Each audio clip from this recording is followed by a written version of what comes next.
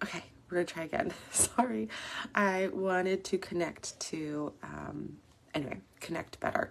I am Dr. Patricia Ford. I'm here for Wellness Wednesday, and I want to talk to you today about kiddos. And just sometimes these topics that I like to talk about on Wednesday come from topics that I'm having with other people, come from different experience that I've had in my career, come from recent conversations. So today, for whatever reason, kiddos, we've talked about kids and their relationship with food. And I've talked with some friends, some colleagues, some clients where their kids, they label them as picky. And I purposely said the word label. One shift that I'm going to offer you is remove the label from their experience. Do not label them as picky, not picky, good eater, bad eater, because a kid is going to hear that and they're going to hear that as, oh, well, that's just what I am, and that's how I'm going to continue to show up, despite everyone's else best efforts to make me not picky, to make me not a vegetarian or whatever. What if you were to use the words, my kid, Sally, whatever, is experiencing pickiness? So it's like an emotion where instead of saying, I am sad, typically in therapeutic spaces you would say, I'm experiencing sadness. And so it gives the thought patterns a chance to say that this doesn't have to be forever. This is not who I am. This does not define me. And I'm saying that because if you label a child as picky, but you're wanting them to be not picky, you're not giving them a chance, verbally at least. And when kids are growing in their formative years, what you say matters, the words matter, because it helps them to show up in different ways, or it can suppress them to show up in different ways. So remove the label of picky and say, hey, Joe, I see that you're experiencing some pickiness. See how that's just a little bit different? And the words do matter. And so then the child can understand, oh, well, but I am picky. And it's like, okay, well, what do you mean? Tell me more about that. Well, I've just been told my whole life. Do you see that? They've been told that that's how they've shown up. I even had some clients say, even since they were a baby, say, okay, since they were a baby, that's what they've experienced. It doesn't mean that that's what they're always going to experience.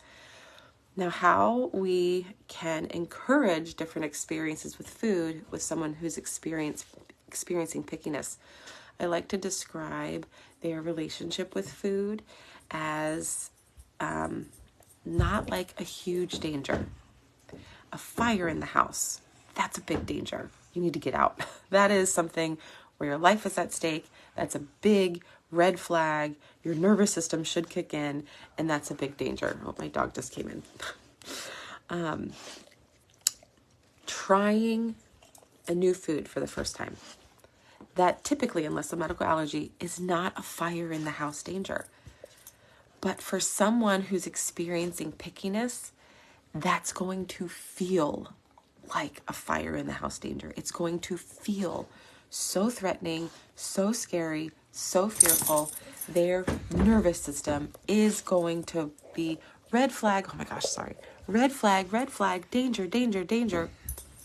And when the nervous system is turned on, it's in fight or flight. One system that is turned off is your hunger cues, your fullness cues, and digestive.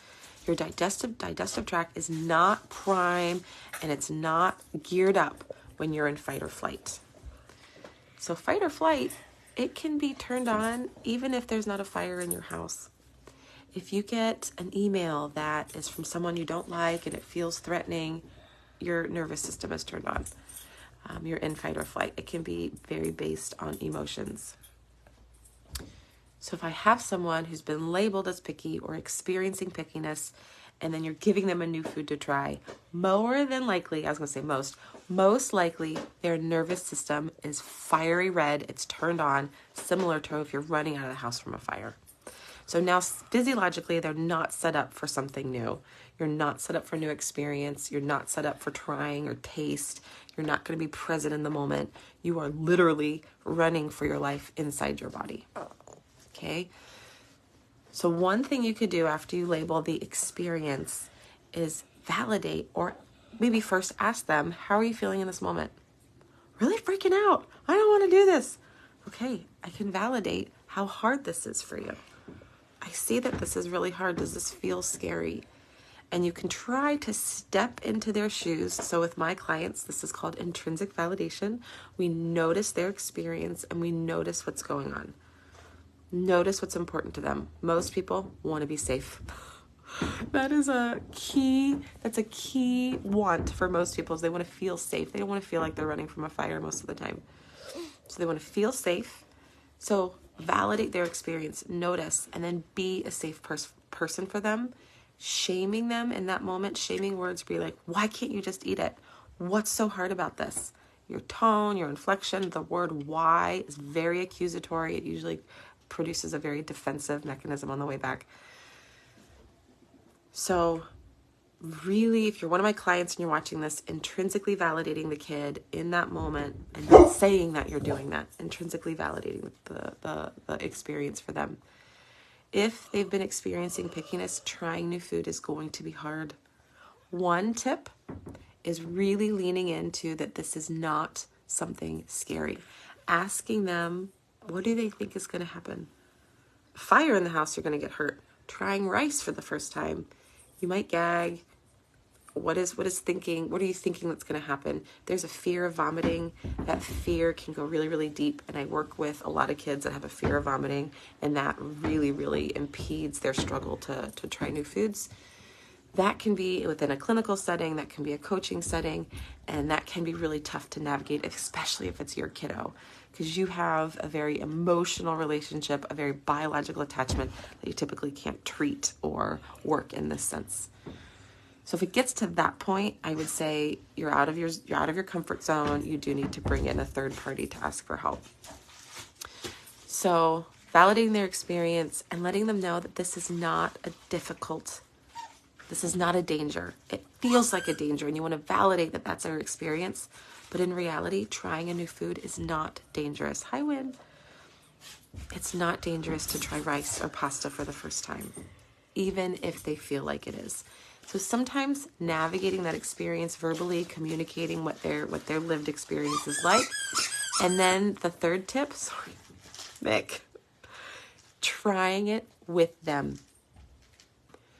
Doing the action with them. So they can look at, oh, she's trying it, she's doing it, she's safe, and showing them how you can try a food and be with them in that experience. Walk with them in that experience. And mamas, it's really, really hard when your child is uncomfortable and you want to fix it.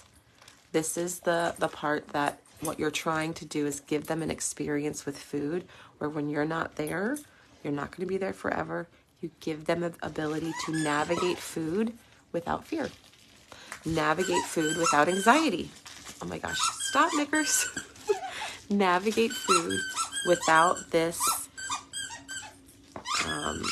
consistent experience of pickiness. Now, I'm not saying that you can have certain foods that you like and certain foods you don't. That's different. But I think what I'm getting at is when you have foods that grow up that are now affecting or dictating the family's experience of where to eat, how to eat, that is changing someone's experience with food. And it's, oh, well, Sally just shows up as picky. All right. She's experiencing pickiness. Is that something that you want to change? Is that something that you feel like is going to, suffocate their social life, suffocate their emotional life? And if it is, there's some really tactile ways of what you can do to move forward. First, start with the labeling. That's something they're experiencing. That's not defining them. That's not who they are. And if they've experienced it for 45 years, it's a long experience. It's a lot of patterns to kind of shift, but that is where I specialize. So hopefully some of these things are valuable for the new year. People tend to kind of want to, attract new behaviors and new experiences in the new year. So hopefully those 4 steps were helpful. Oh my gosh, my dog is really playful in the morning. All right. Happy Wellness Wednesday. Thank you for watching. And let me know if you have any questions. We are accepting new patients. I am paneled with insurance if it's a clinical experience. And I do step into people's lives in a coaching role. And so if you're wanting to go outside of insurance and have me step into your life for a lengthier period of time, we have different ways we can interact there. I have a free assessment you can do that will get you just kind of in the door, a free assessment. We schedule a free debrief for 45 minutes. I typically see people on Tuesday, Wednesday, Thursday mornings for that free assessment. I have one today, excited to step into their world. And I'll talk with you guys soon. Okay, bye.